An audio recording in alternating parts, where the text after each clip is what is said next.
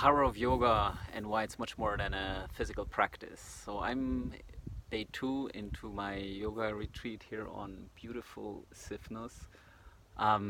Now whoever is practicing yoga is going to say, I'm going to say all these obvious things, but I think many are probably not practicing or not actively practicing or haven't really looked into what yoga is beyond kind of a physical workout. And yoga is really much more than that, right? It's a life philosophy, and it is embodied through the physical practice. And so the physical practice is in a way a meditation, and also lets us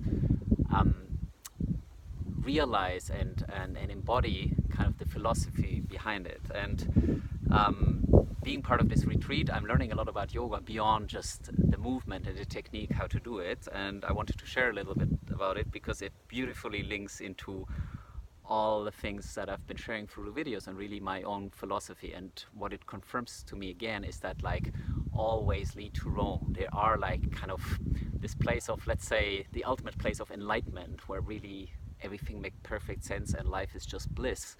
Like there's many ways of getting there. You can get there through self-inquiry, through studying philosophy, doing meditation, doing yoga, looking at life as a teacher in general. But you will find the same things over and over again. So whatever kind of works best for you, that's the way you should be taking. And if your life currently is not one of bliss and beauty and joy, that doesn't mean every moment is amazing. It just means that you love the journey and it's an incredible experience and you're grateful for it. If that's not the case, you gotta start doing something. So whether that's yoga or, getting some ideas from my videos, reading certain books that I've continued to mention throughout the videos, meditation, just asking yourself the questions like why you're not happy, and then really getting to the bottom of things. And I think what you'll discover is incredible. Like, I've been on this journey now for 5 years, and it's life-changing, and it's the best investment you can make into your life. Like if you don't know how to spend, or if you're looking for new ways of spending your time really, and your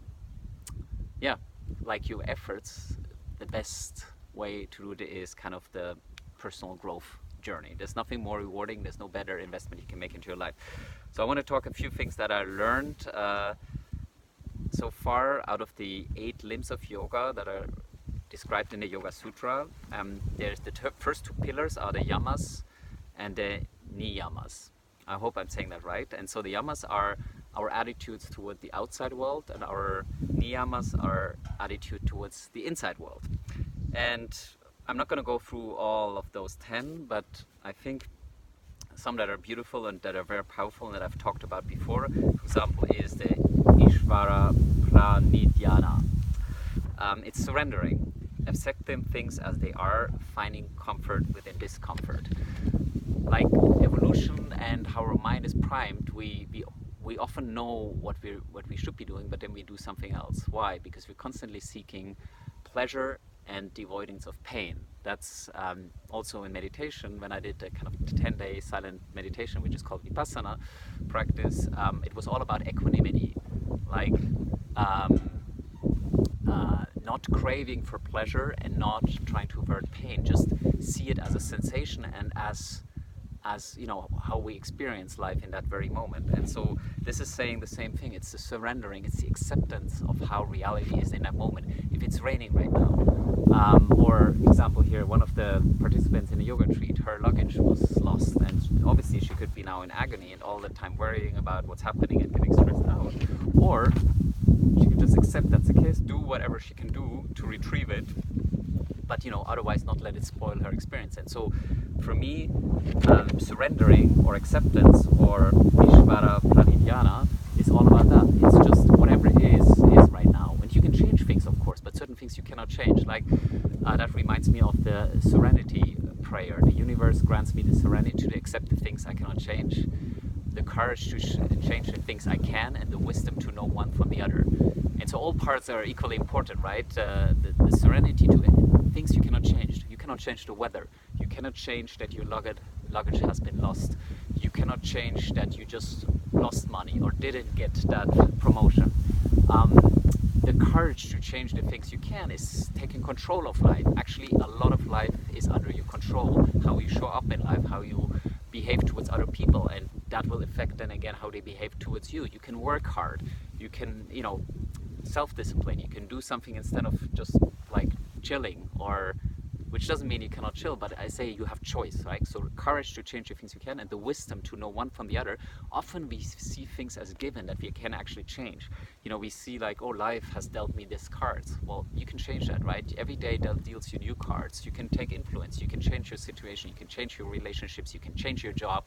You can change your health. You can change your nutrition. All of that. So whenever there's something that's not working in your life, you have control over it. You can change it. And so I think the wisdom to know one from the other, to know the difference between what you can't change and what you can change. I think many people misunderstand what they can't change, and they're trying to change things they cannot change, and they don't change things they can.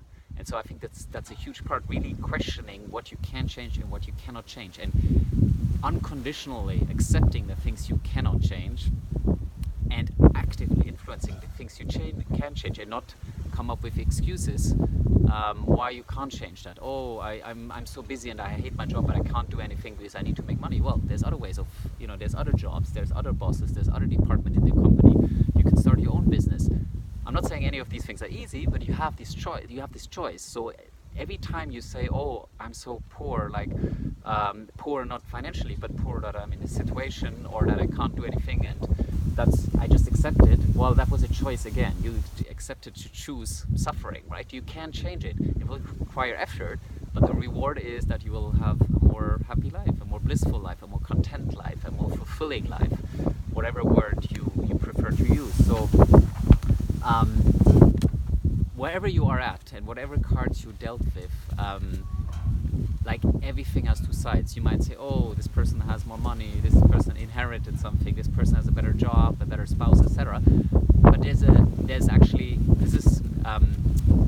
can also be a curse in disguise or a blessing in disguise, depending on how you look at it, right? Because the challenges that we meet in life, they actually make us stronger. They might make us want to go further. Why is it that people that are often have been dealt really bad cards in life really make it? Because they have this desire, they have this craving to kind of improve their lives. While if you have like this cushy environment where everything has been given to you, you don't really have this strong incentives to do so. You could actually look at adversity is really your friend. You just have to make it your friend, rather than saying, oh my god, I'm so poor that I'm living this type of life.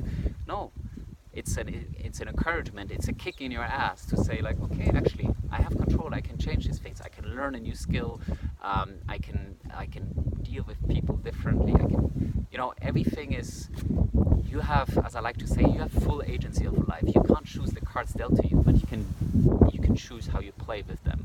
And every day you get new cards, and every day is a new opportunity to do everything else. So coming back to yoga after this detour, it's something that I realized that I need to explore, and I realized that some people that are watching this are like, oh wow, this is just like this fad and fashionable, but yoga is like something incredibly powerful, and it's just something that is more recent and has been discovered and has become mainstream. But that's not because it's just fashionable, just because because it's such a powerful practice. And I've been avoiding it a little, but while exploring other things, and now I'm like, okay, I'm ready to go into it now.